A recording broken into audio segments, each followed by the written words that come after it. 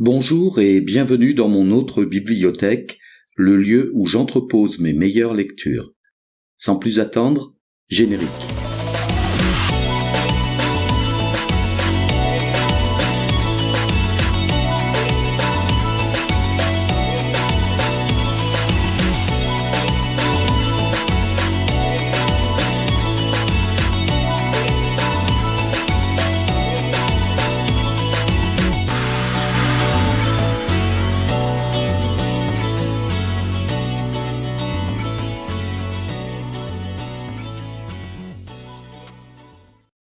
Aujourd'hui, j'ai extrait de mon autre bibliothèque le livre de Jean-François Marmion, Psychologie de la connerie, paru aux éditions Sciences Humaines et Livres de poche.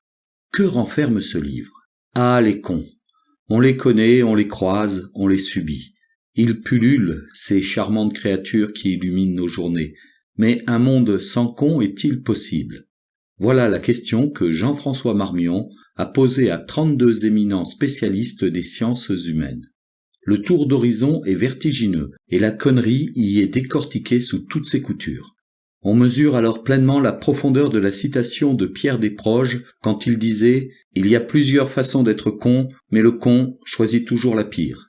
Avec des passages dignes d'Audiard, des expériences grandeur nature ou bien encore des tests de laboratoire, on ne se lasse pas d'explorer page après page les différents aspects de la connerie.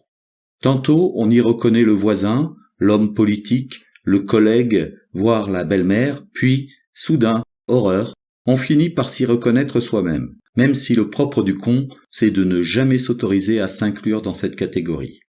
La connerie, c'est fascinant, parfois même distrayant, mais elle peut vite devenir dangereuse quand elle sert de point d'appui à ceux qui veulent manipuler les masses.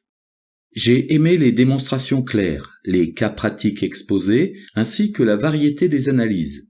J'ai également apprécié le ton badin du livre.